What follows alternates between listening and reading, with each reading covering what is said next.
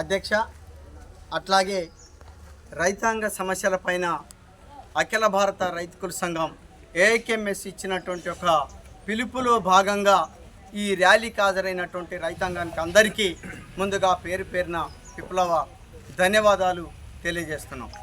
ఈరోజు గత వారం రోజుల నుంచి తుఫాను తీవ్ర స్థాయిలో కురుస్తున్నది. ఈ తుఫాను మూలంగా ముఖ్యంగా మొక్కజొన్న రైతులు ఎవరైతే ఉన్నారో ఆ రైతులు తీవ్రంగా నష్టపోయారు. వేసినటువంటి మొక్కజొన్న ఈరోజు అది చేతికి అందిన తర్వాత మిల్లు పట్టించి రోడ్డు మీద పోస్తే మొక్కలు వచ్చాయి. ఇరిసినటువంటి మొక్కజొన్న కంకులు మిల్లు పట్టేయకుండా మొత్తం మొక్కలు వచ్చి పైరుగా పెరిగిపోయినటువంటి ఒక స్థితి అనేటువంటిది చూస్తున్నాం. వరిసేళ్ళు మొత్తం తీవ్రంగా కొట్టకపోయాయి, నేలమట్టం అయిపోయినటువంటి ఒక స్థితి ఉన్నది. అలాగే మిర్చి పరిస్థితి కూడా అదే విధంగా ఉన్నది. పత్తి అనేటువంటిది తీయటందుకు వీలు లేకుండా గుడ్డి పత్తిగా మారిపోయి అది తీయటందుకు అనుకూలంగా లేనటువంటి ఒక పరిస్థితి ఏర్పడ్డది.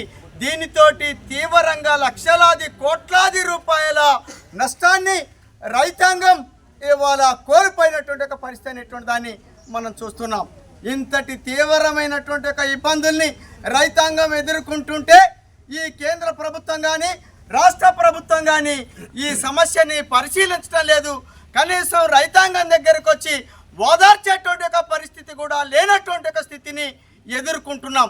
ఇట్లాంటి ఒక పరిస్థితి ఎందుకు ఏర్పడ్డది అనేటువంటిది అంటే దీనికి ముందు చూపు అనేటువంటిది రాష్ట్ర ప్రభుత్వానికి కేంద్ర ప్రభుత్వానికి తుఫాను తీవ్రత గురించి సరైనటువంటి ఒక అంచనాలు వేసి దాని మీద తగు జాగ్రత్తల్ని తీసుకునేటువంటి ఒక చర్యలు ఈ ప్రభుత్వం చేపట్టలేదు.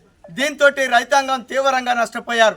కాబట్టి ఇప్పటికైనా ప్రభుత్వాన్ని మేము డిమాండ్ చేసేది ఏంటంటే రైతు పంట నష్టపోయేది మొలకెత్తేది కాబట్టి తక్షణమే గవర్నమెంట్ రేట్ ప్రకారం వాటన్నిటిని ప్రతి గింజని కొనుగోలు చేయాల్సిందిగా డిమాండ్ చేస్తున్నాం.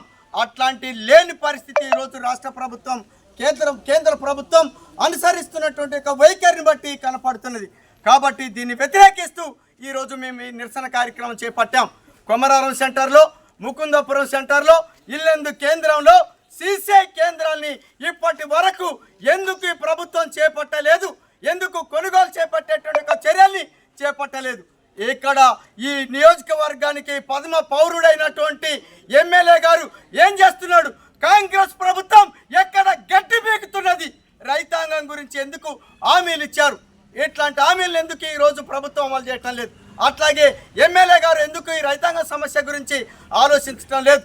మొన్నటి వరకు యూరియా ఇయ్యపోవటం మూలాన యూరియా కొరతతోటి పంట దిగుబడి ఒక పక్క తగ్గిపోయి రైతాంగం నష్టపోతే మరొక పక్క తుఫానుతోటి నష్టపోతున్నటువంటి ఒక స్థితి ఏర్పడ్డది. కాబట్టి తక్షణమే కేంద్ర ప్రభుత్వం, రాష్ట్ర ప్రభుత్వం, ఈ రెండు ప్రభుత్వాలు రైతాంగాన్ని ఆదుకోమని చెప్పి మేము డిమాండ్ చేస్తున్నాం.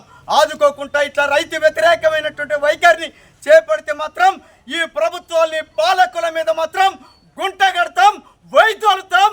జాగ్రత్త ప్రభుత్వం. ప్రజలకు ఇచ్చినటువంటి రైతాంగానికి ఇచ్చినటువంటి హామీలను అమలు చేయమని చెప్పి డిమాండ్ చేస్తున్నాం.